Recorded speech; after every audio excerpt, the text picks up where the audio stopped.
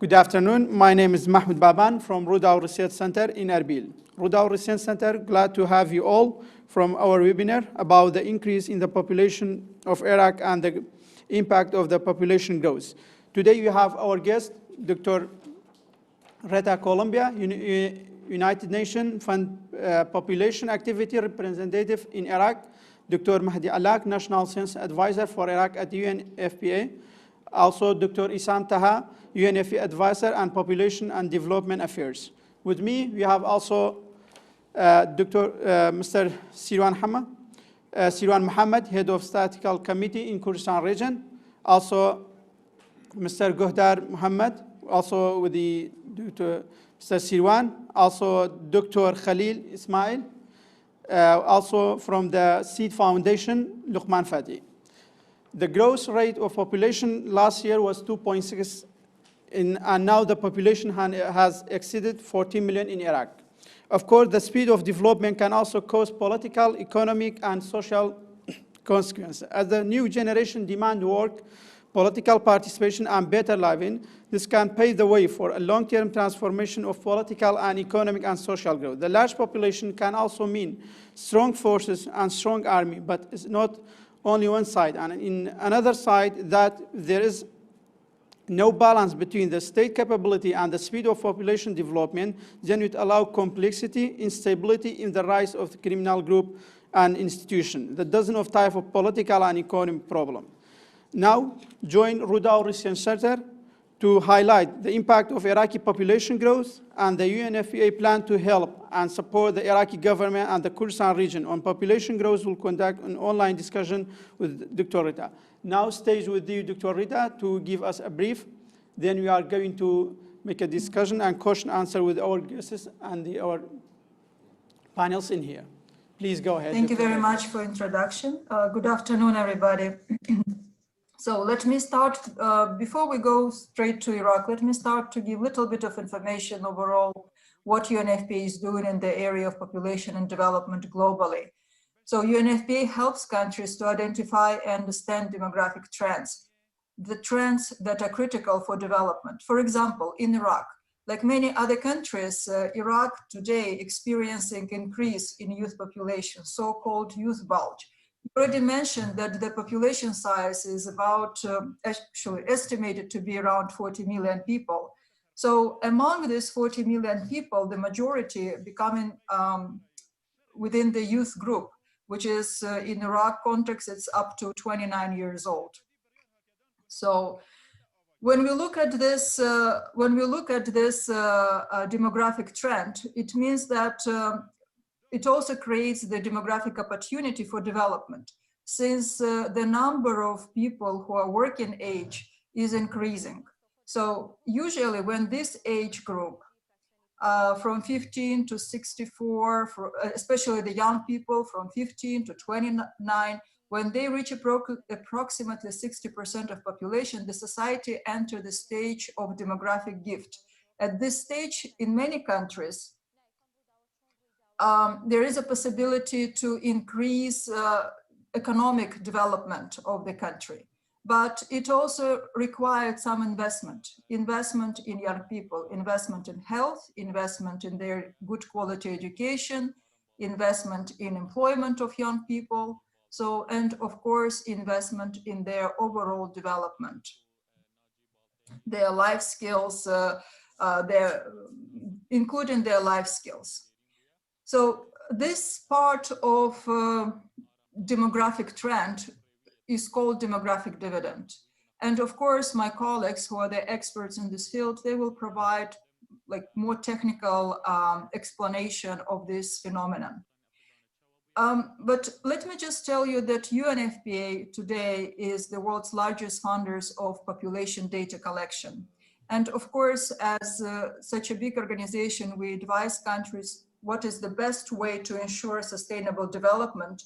So first of all, looking at the needs and the rights of young people, that every pregnancy within the communities are really wanted, they are planned properly, so that couples and individuals, they have desired number of children, that the birth of children is safe, and that every young person potential is fulfilled. What do we do for that? As I said before, by doing the analysis of population dynamics, we provide, UNFPA provides advice to government at different levels on how to adjust their policies and programs to benefit from the population trends, from the population dynamics. In this case, in case of Iraq, we're talking about demographic dividend, the primary one of young people. In other countries where aging is more prominent, there is also demographic dividend, but coming from aged population, so-called secondary demographic dividend. So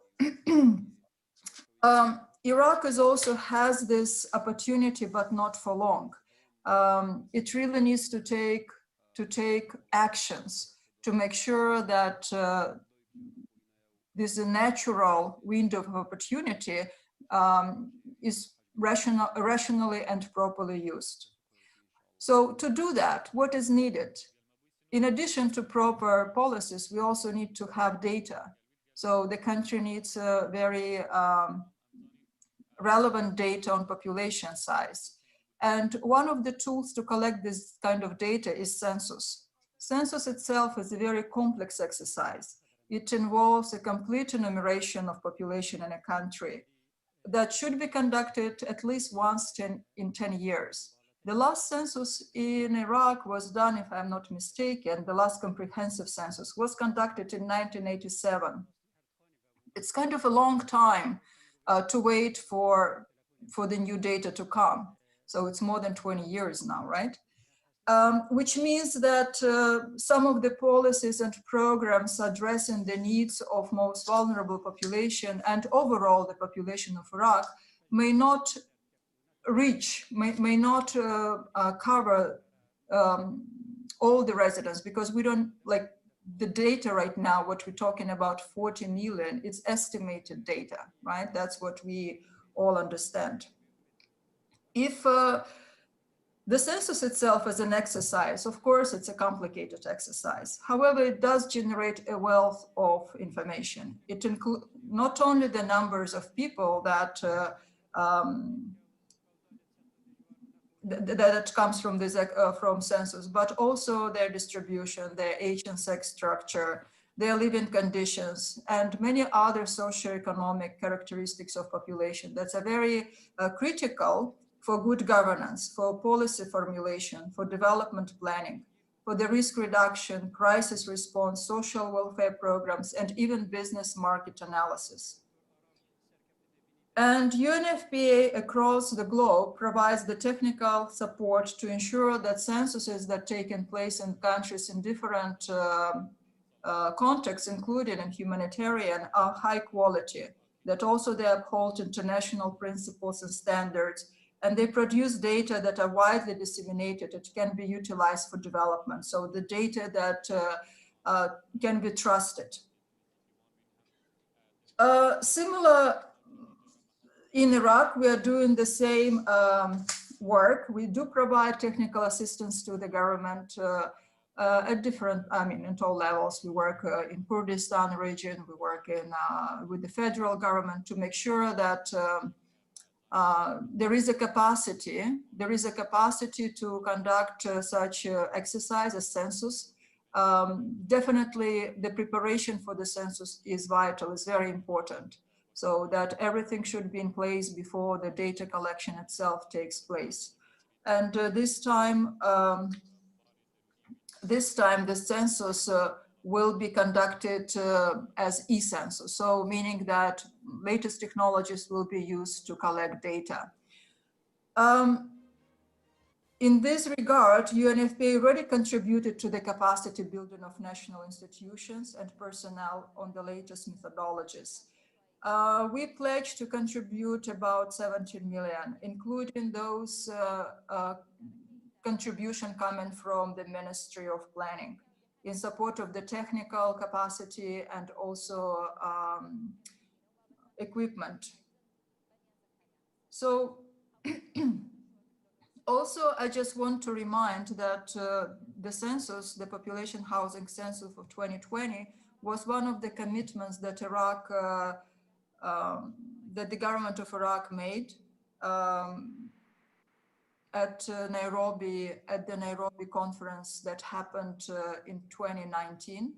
So that's the conference was dedicated to implementation and advancing of the achievements of the International Conference on Population and Development. So of course, the year 2020 was quite challenging for the entire world, including Iraqi population. There are so many limitations the country faced due to the pandemic of COVID-19. And census was and census also was impacted by this situation. Many activities have been postponed due to the lockdowns, due to the isolations. Nevertheless, there still were certain steps that took place. And I'm very proud of the work of KRSO and CSO who did work within these conditions and still managed to finalize the preparations of census questionnaires, do the listing and mapping, so finalize also the instruction of the census implementation, so ensuring that all the international standards are included in the implementation plan, including the questionnaire. So this is very important as well. So besides, I think this census, which will take place, hopefully, if not this year, hopefully soon, next year. So it will include the information regarding employment, disability, migration, demographic, educational characteristics, mortality, maternal mortality, as well as housing characteristics, environmental conditions, and infrastructural services. As you can see, the wealth of data will be enormous, and this data will be very useful for the further development of the country. So let me stop here, considering the time, and also we can give the floor to my colleagues to add. Thank you for your speech. Now we are going to ask our questions. Or guesses, you have a question, but Dr. Rita, first of all, I have a question about the census in Iraq. You mentioned that it will be not happen this year, but the Iraqi government, and now that they are gonna, at the end of this year, they are going to do the census. Can you just, if you are hear me, can you just, my question, do you believe that the census in Iraq conducted this year or will be postponed for the 2022? I think this question is still under discussion. So, and since I don't have much information, I don't want to speculate. So let's assume October 2021, but if there are any news from the government about the new date, we will hear about it soon. Now I will give the stage to our guest. Sir, if you have any questions? No. Maybe later on when everybody talks, I might have some introduction. Also, you don't have questions?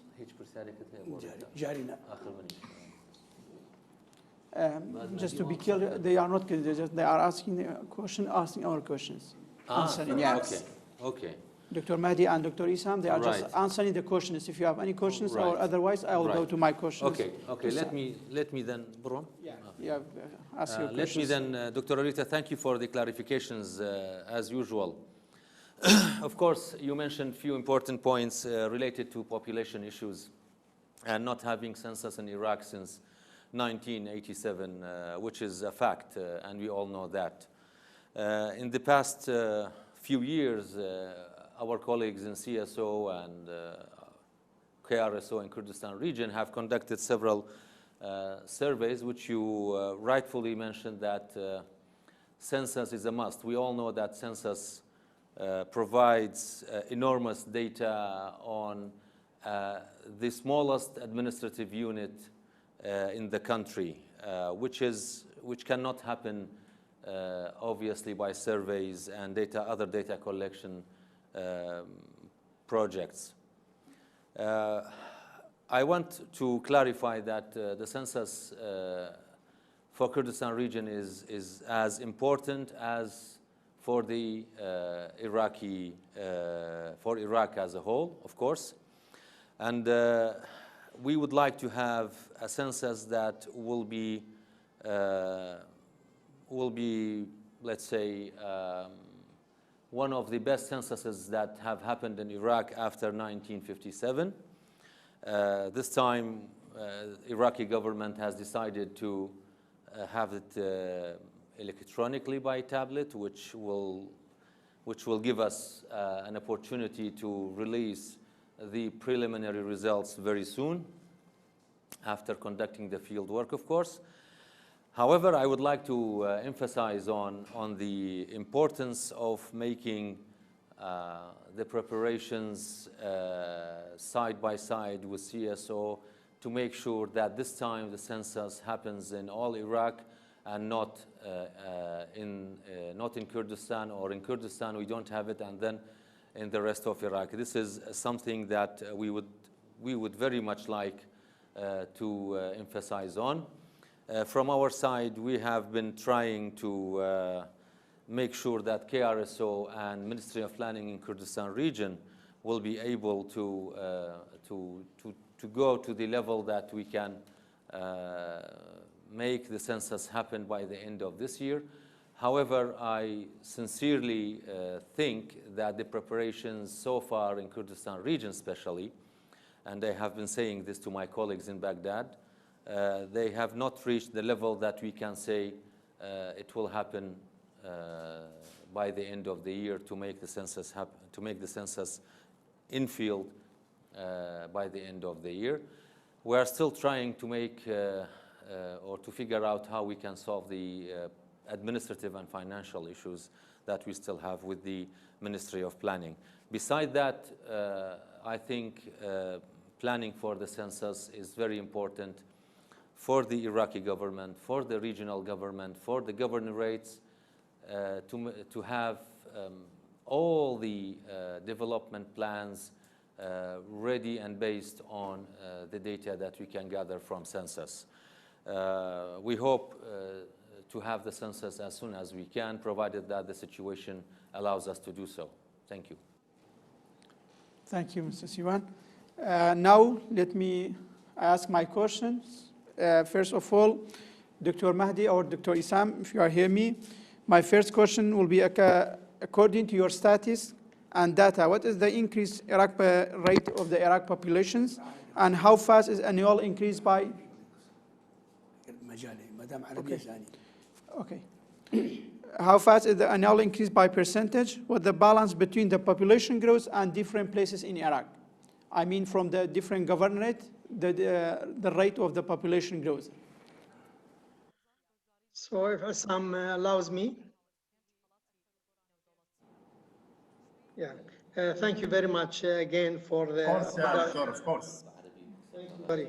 No, because the question is about the, growth rates. بالعربي تكون محاضرتك كل شاكرين. ممكن بالعربي. Sorry. ممكن بالعربي تكون المحاضرة مالتك. نعم. تحبوا بالعربي؟ نعم. Would you like to speak in Arabic? نعم. Dr. Rita will not understand. So is the meeting in Arabic or in English? You can speak in Arabic if everybody wants it. I have translator. I will understand. Okay. Sorry, Dr. Mahdi, you can go ahead with the English. You are translated for our Dr. Khalil in here. Okay, thank you very much. Again, thank you very much for Rudaw Research Center for, organizing this important meeting regarding the population issues. Let me first refer to the previous censuses, as you are asking me about the growth rates in Iraq. Iraq implemented many surveys during the last century. It was started in 1927, then 1934, then a series of censuses once each 10 years in 47, 57, 77, and 87. After that, the 1997 unfortunately didn't cover Kurdistan region. Regarding the population growth, I can say that Iraq is considered as one of the highest population growth in the world. Previously, I mean, during the last few decades, it was around 30%. For instance, in 77, it was 33.2%. In 87, it was 3.1, and even in 97, it was around the 3. But it has it has been decreased during the last few years for more than one reason, especially the decrease in total fertility rates in Iraq. So now the adopted population growth rate, and you mentioned that at the beginning of this meeting, is 2.6, with a population size of 40 million.15. This is actually according to the population projection of CSO, and this number has been released a few days ago, 40 million.150. To Kurdistan, it was estimated according to this projection at 5,600,000. So this actually refers to the high level of growth rate in Iraq.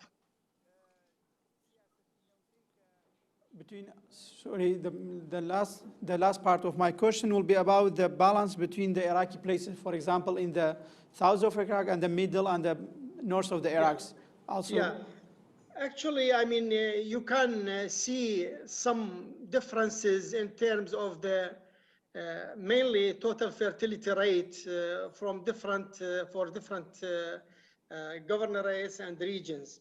It is the highest in the southern of Iraq, and accordingly, the population growth rate, regardless of another factors, is in the south of Iraq is the highest, and maybe the lowest in some governorates, such that maybe Erbil, Suleimania, Baghdad, of course, even.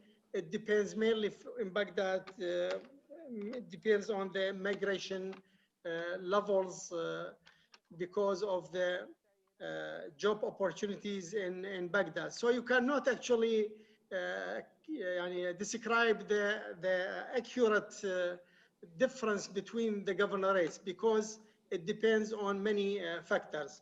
But in general, in rural areas, the population growth, total fertility rate is higher, and also for the death rate is now in Iraq, even so you can actually compare the high decreasing in TFR from 7.7 to the Iraqi woman in 1970s. Now it is less than 3.6, but the death rates actually is considered, regardless of the actually wars or other factors, is stable and is decreasing. So, I mean, the main difference in terms of the population growth related is education factor. For this reason, I can say that the total fertility rate is very high in rural areas. Okay, thank you.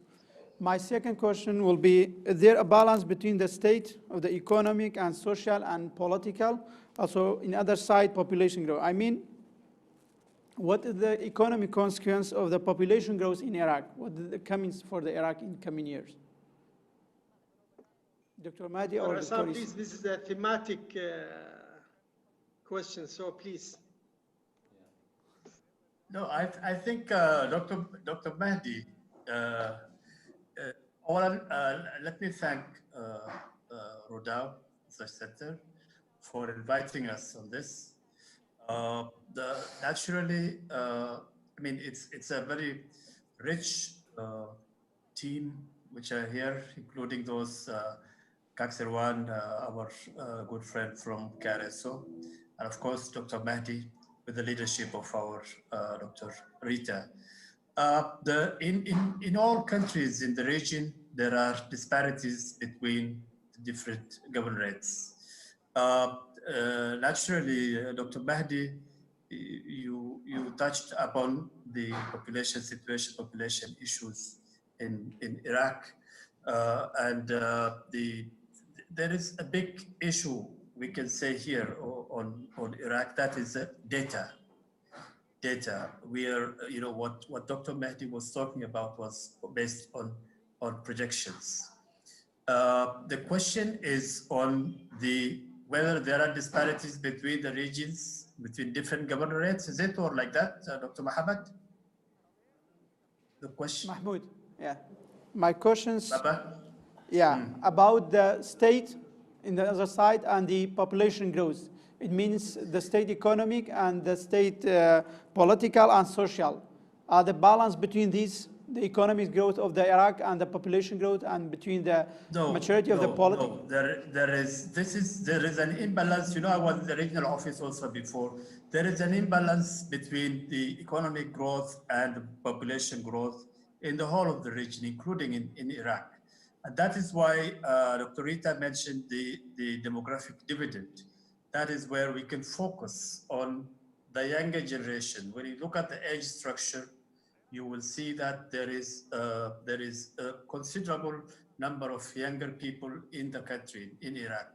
But that is, we can do what is called the demographic dividend. And that is, demographic dividend is how much and how you can invest on young people so that you bring about a change, a very speedy economic change in the country.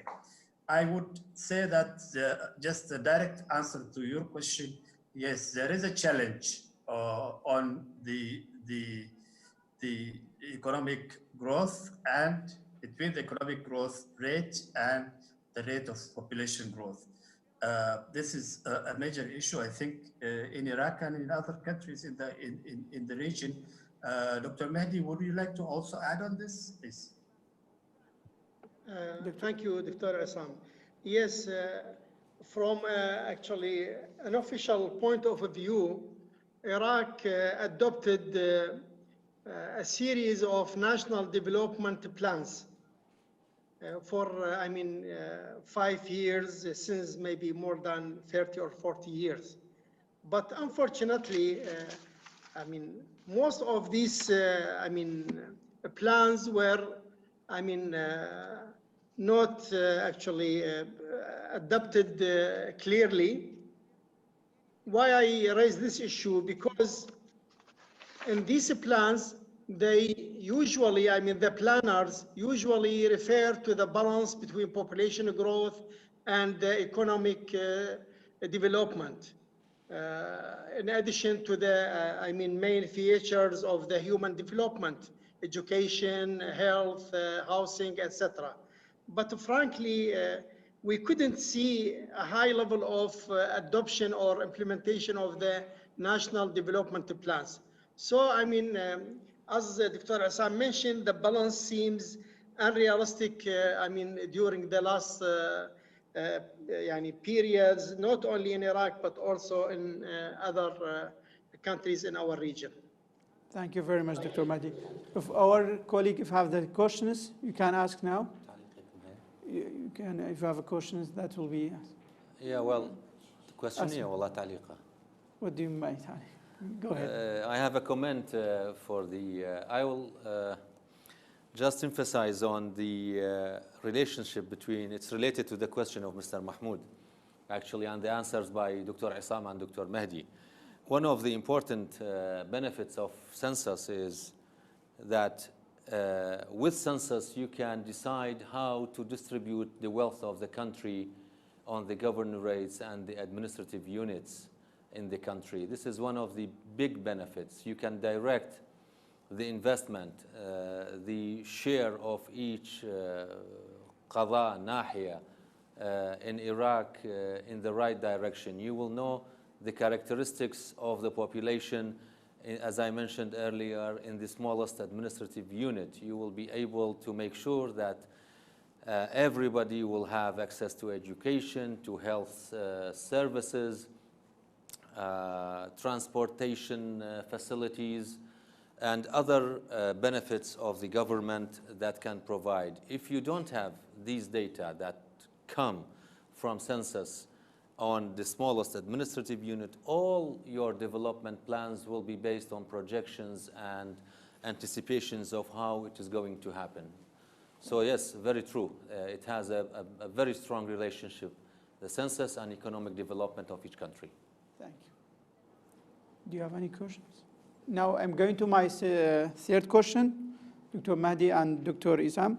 The consequence and impact on the community by rapid population growth, considering the unemployment rate in Iraq and the weakness of the institution in Iraq and the rapid growth of the population, what the effect of the increasing the crime and the making new groups in the community. What that mean? I mean, how it comes as the consequence of this population growth in Iraq.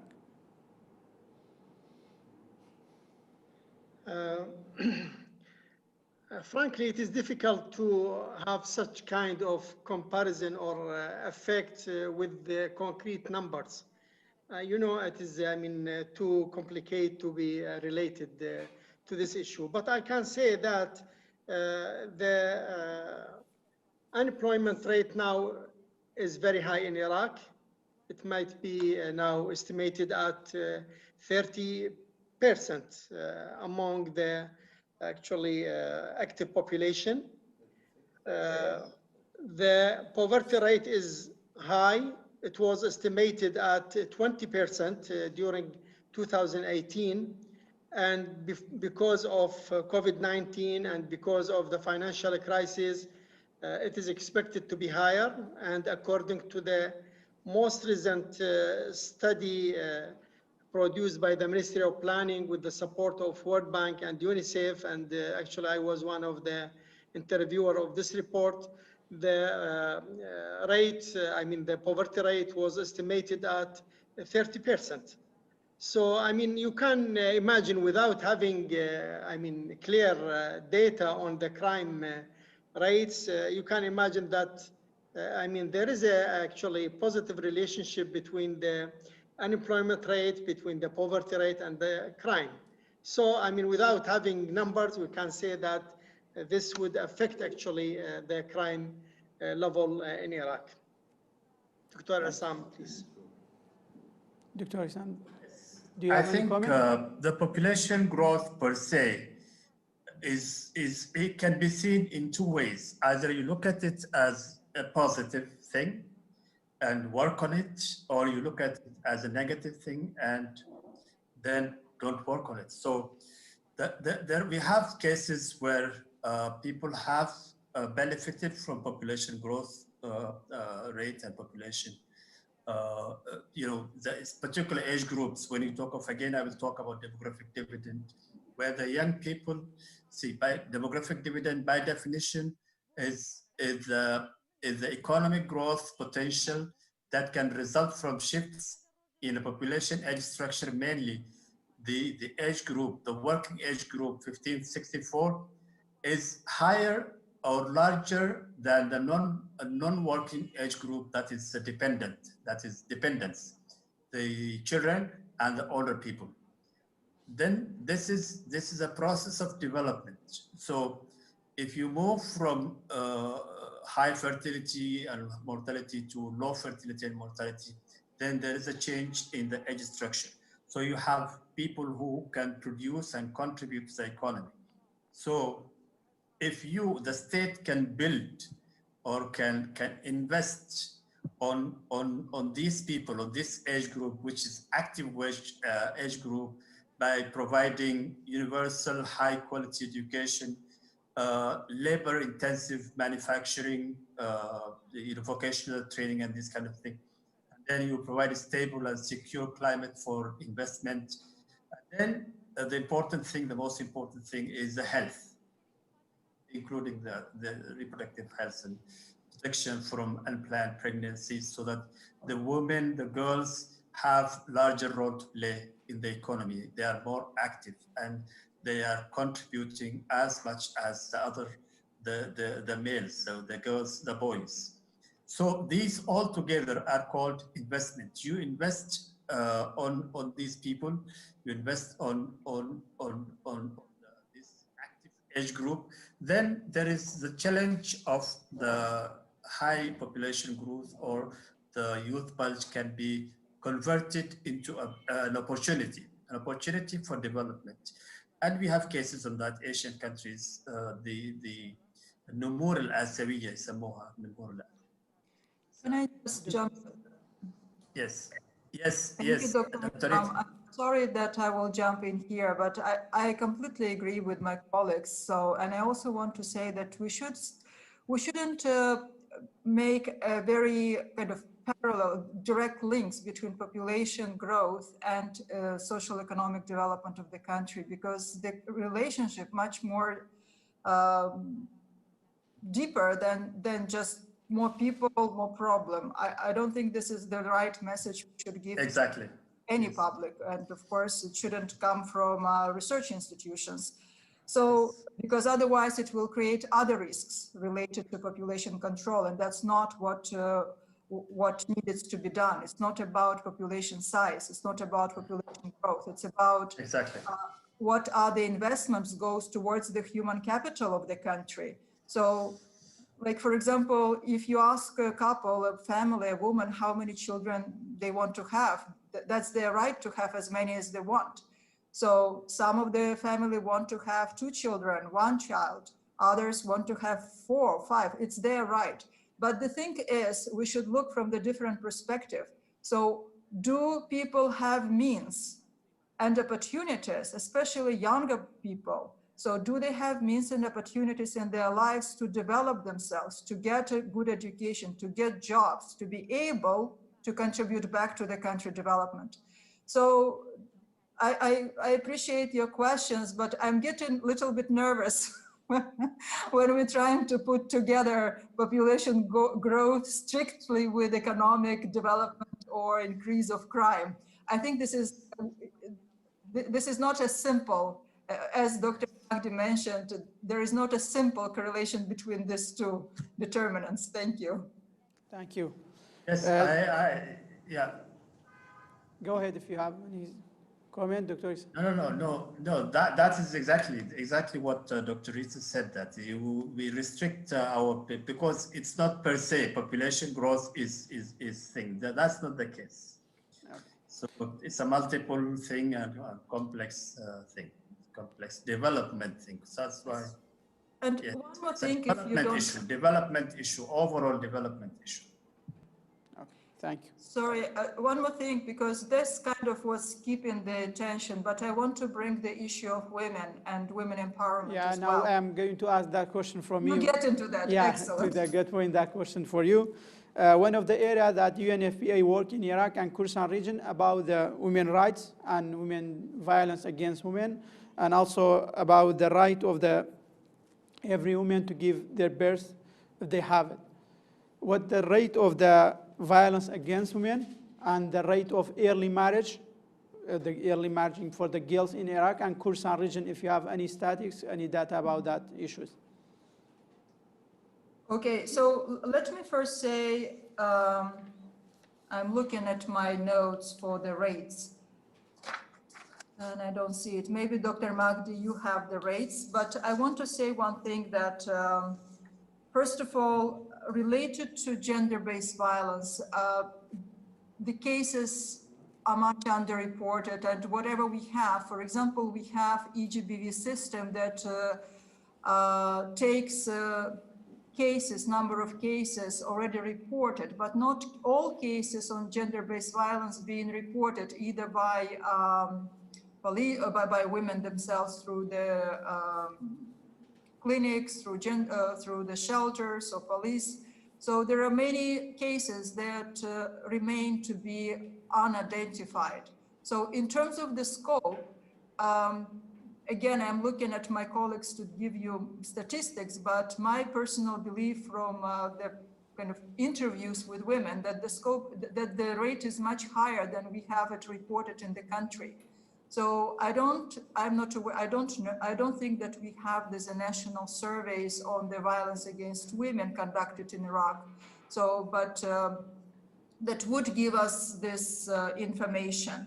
So again, the role of women in the society should be elevated if we're talking about socio-economic development and the role of women in economic development specifically.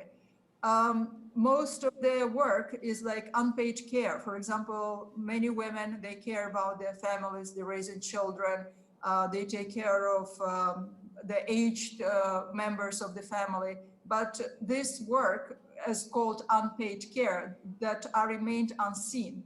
So, however, if we look at it from a different perspective, women do contribute a lot in the development of the country, even today, even if they don't have maybe formal employment. On the other hand, they should have opportunities for formal employment, also to be empowered and to be, especially younger generation of young girls, to have better education, better skills, and to have jobs. So, and that's what UNFPA is doing together with other UN agencies. So we work on gender equality, in addition to preventing and responding to gender-based violence, also some cases of domestic violence that qualified as gender-based violence. We do work on girls' empowerment through working with youth centers across the country, in Kurdistan region, in Central and South. So, and young people are very eager to be active participants and active contributors back to their communities. And that willingness needs to be leveraged. So it needs to be recognized and used by all parties, by all government. So at all levels. Dr. Magdi or Dr. Isam, if you have statistics, I think that people are more eager to hear statistics. Doctor? Yeah. Dr. Rita, actually, I mean, you referred firstly on the violence against women, and I can take this opportunity to emphasize on the importance of implementing IWISH survey, because this is the main source for having such kind of indicators. Hopefully, within 1 week, I will submit your good self a proposal on this survey. And I mean, with the actually support of Dr. Assam, we discussed this issue previously. Regarding the indicators, actually, in our reproductive health survey, we referred that there is some increase in the level of violence against women during COVID-19 period. And we have a comparison, actually, it is listed in the report. So it has been negatively affected by the COVID-19 situation. For the actually literacy rate, I can say that there is a significant improvement in the literacy rate for girls and women last decades. I can say that the primary school attendance is very equal between girls and boys, even in the intermediate period and maybe in the actually high level education. Life expectancy, Dr. Rita, in Iraq, it is actually common in all the world. The life expectancy at birth for women is higher than men in Iraq. It is now around 75% or 74% compared to 71% for men. This is actually some indicators. It is in mind now. Thank you. Thank you. Dr. Isam, do you have any comment? So harder life, longer you live. So that's the conclusion. You get resilient. Good. Yeah. My guest in here, do you have any question? Or I will go to my final question about the political effect and the population growth, the imbalance between different areas. For example, like the governorate of Kirkuk, the increase of the one population of the minority and the others. Do you have a... Dr. Mahdi? I mean, I think that Sirwan can comment on this critical question. and But, your... He's closer.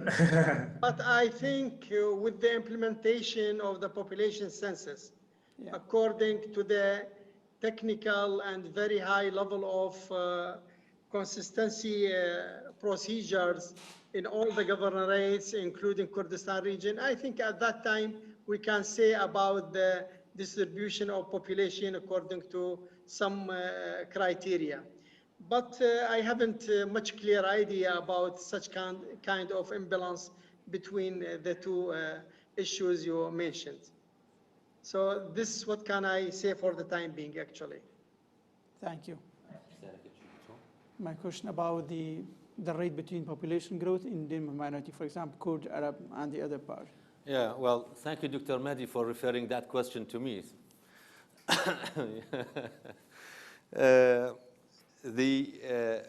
I would say, I wouldn't say it is imbalance. It's